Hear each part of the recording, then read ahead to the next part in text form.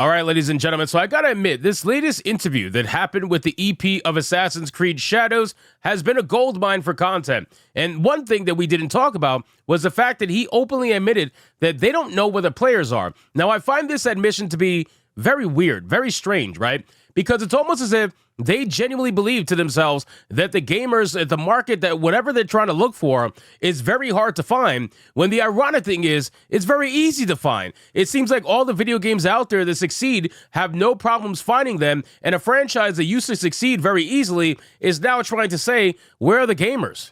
Bye, Felicia.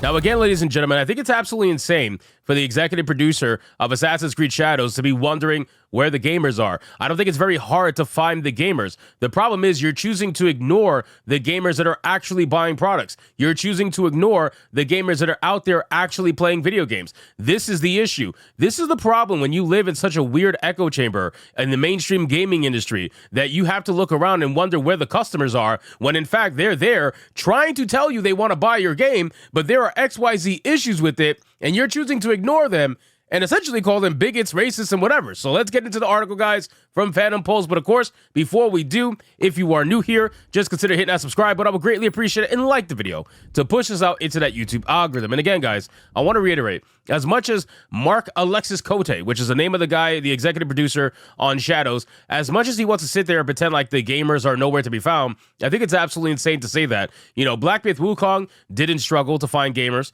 Space Marine 2 didn't struggle to find gamers. Even Baldur's Gate 3 didn't struggle to find gamers. Elden Ring doesn't struggle to find gamers. It's amazing how when you look at all of these massive projects that respected the gamers and gave them exactly what they wanted, that they have no problem finding the gamers. But now, all of a sudden, you're coming out with Assassin's Creed Shadows that is a huge disrespect to Japanese people, and you're sitting there and you're wondering, where are the gamers? It's insane to me, in my opinion. But anyway, let's see what he has to say. Assassin's Creed executive producer Mark Alexis Cote recently admitted that Ubisoft does not know where players are and does not know how to reach players with its games. Now, this is coming from a company, mind you, that says that games are supposed to be used for social change and forcing change on people. Isn't that incredible to me? How exactly are you going to force social change on people if you don't even know where your players are? It's kind of weird. Remember those infomercials? It's 10 o'clock. Do you know where your children are? Same thing with this. Like, it's 10 o'clock. Do you know where your gamers are? It's the same thing.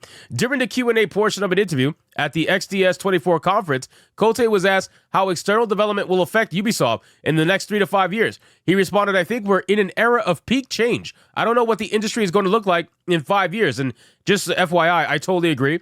I think we are in a massive change that's happening right now in the gaming industry, and it's happening by force, right? It's not happening because they want to. Let's be real. These people don't want to change. They want to be stuck in their echo chambers. They want to believe that everything is the way that it's always been, blah, blah, blah. But at the end of the day, now that things are totally different, the social landscape is different, even the precedents are different. Like, everything is different now. They're going to be forced to change to some extent and start realizing that they can't always hide, right? They can't always run away from the truth. They can't always pretend like the other side doesn't exist. They're going to have to change to some extent. And we're noticing that change little by little. Now, granted, change takes a long time to happen, especially in the gaming industry, right? The gaming industry is lagged behind Hollywood by like 3 to 4 years, simply because of development cycles. So again, it's something that it's going to happen, but it's going to take a long time for it to actually happen.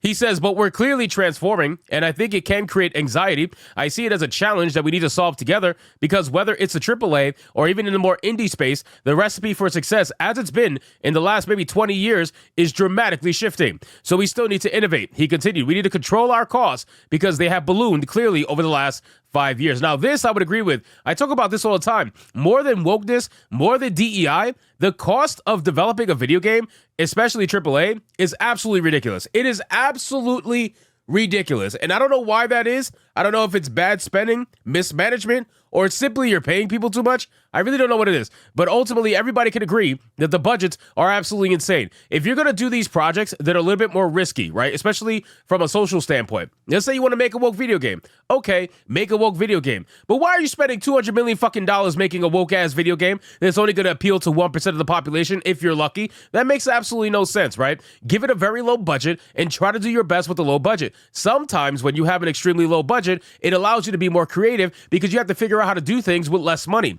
Sometimes that's better for development. You don't always have to throw your money around to everything and think that's going to solve everything, because it's not.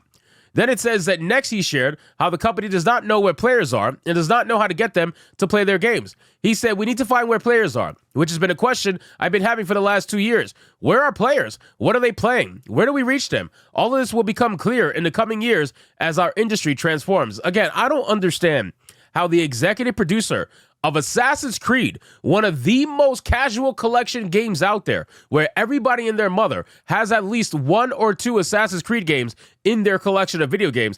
I don't understand how you are asking this question, where are the players and what are they playing? Who gives a fuck what they're playing? You should be focusing on getting them to play your game. Your game is the most casual, the most known, or one of the most known IPs out there. I don't think you would ever struggle to find players. If you're struggling to find players as an Assassin's Creed game, I think there's something very inherently wrong with what you are presenting to the gamer. If they are not accepting what you are giving out, then there is clearly something wrong with what you have made. But the problem is, these are people who never want to take accountability for anything they do. They always want to pass off the blame to someone else. Now, I appreciate that he is at least asking the questions, where are the gamers? But I think he has to understand that at some point, there has to be some level of self-accountability here and question himself or question his development team and what they're making and why that's not attracting people to come back and play Assassin's Creed. Because it's not like you're making a brand new IP. It's not like you're making something risky. You are making something that already has a legacy. It's already an established IP. You should have the easiest time finding a player base more than anybody else. So if you're having an issue,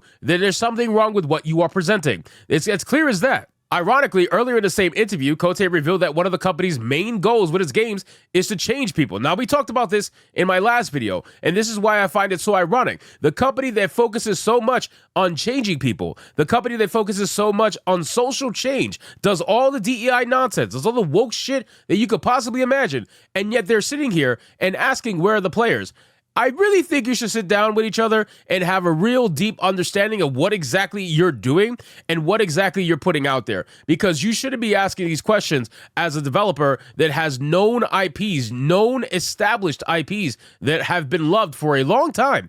And people are now all of a sudden not playing your games. Gee, I wonder why that is. These companies never want to sit here. These CEOs never want to sit here and really genuinely look into things and understand from the gamer point of view what's happening. All they care about is from the investor point of view, shareholder point of view, and the message of the company. That's really all they give a shit about. I don't know if Yves Guillemot, like this guy right here, is like that. I would imagine that he is, considering that Alexis Cote is saying that a lot of these questions come from Yves, so maybe he is. But ultimately, if this is the problem that you're having and you can't find players, you can't find gamers, and you're wondering where they are, perhaps you should look at games like Black Myth Wukong, and you'll find out very quick why they're there and not with you. So anyway, guys, thank you so much for watching this video. Hope you did enjoy it. If you did, consider leaving me a subscribe. I would greatly appreciate it. Don't forget to like the video, comment, let me know what you thought, and I'll see you guys on the next one. Hypnotic out.